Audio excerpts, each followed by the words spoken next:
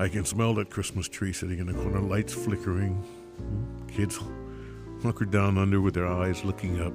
You can see the stars in their eyes as they look up and see, trying to understand that tree. It's a beautiful time of year. I hope you're enjoying every bit of it. I certainly am enjoying Paul Weech, President and CEO of NeighborWorks America, and Ascala Sisk, Vice President of Community Initiatives, and their program for the week in Washington. More than 2,000 people representing the organizations that they have an impact on to make life better for you. I was surprised, Ascala, to learn from Mr. Desmond, Matthew Desmond, who's just written a book called Evicted, where he draws out on the impact of an eviction on people. Most folks have no sense of that, except that it happens to the person that's being evicted. But when a person is evicted, it happens to the community. It happens to the town. It happens to everyone because it affects things in such a way that we are all impacted. Did you get that? Yeah, absolutely.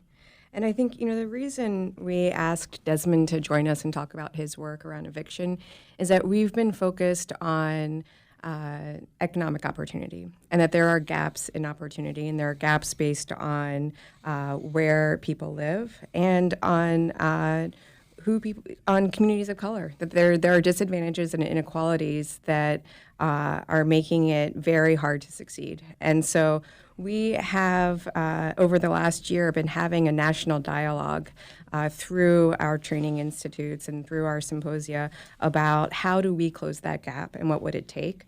So we've been looking at things like how important housing stability is, and that's what we heard from Desmond's work, and really understanding that eviction is not the product of poverty; it's a cause of poverty, and that we have to be really focused on stability to be able to have a foundation that lives and communities can be stronger and better. Yeah, Paul, it's so obvious how important housing stability is. Think of a kid at school who has to change houses several times during the school year. How can that kid be as successful at the school? Yeah.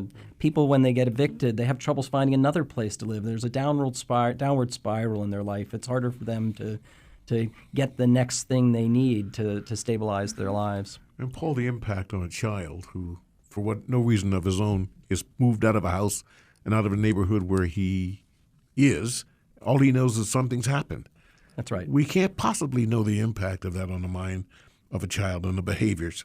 And then you wonder, why do people behave like they do? Can you imagine the pain and suffering for this child?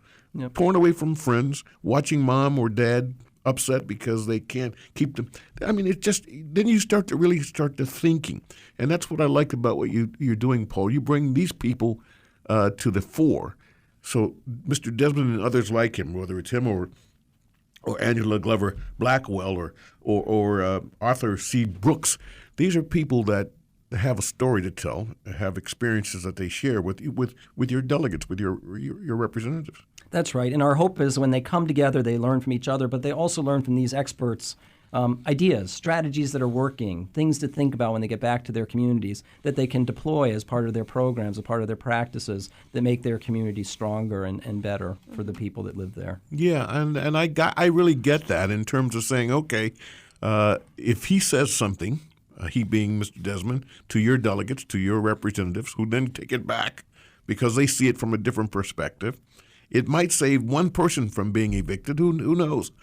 You just don't know where it goes, but you've got to at least start somewhere. Well, right? In fact, Paul, many of the groups in our network, one of their business lines is to manage rental housing. So they are landlords. They are for low-income people.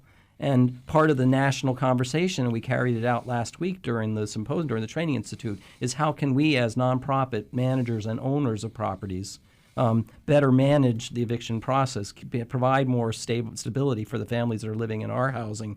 What do we do when a family doesn't pay the rent? How do we manage that in a way that doesn't start that downward spiral or hurt those kids? Yeah. It's just not enough to say, okay, you didn't pay the rent, so get out. I mean, there's more to it than that. That maybe is the message, the story today, is that we are part of this beautiful network of mission-driven organizations working in community that really want to make a difference in people's lives. And a nonprofit manager of this housing always has the people in the back of their minds and what kinds of other services and connections we need to make their lives successful.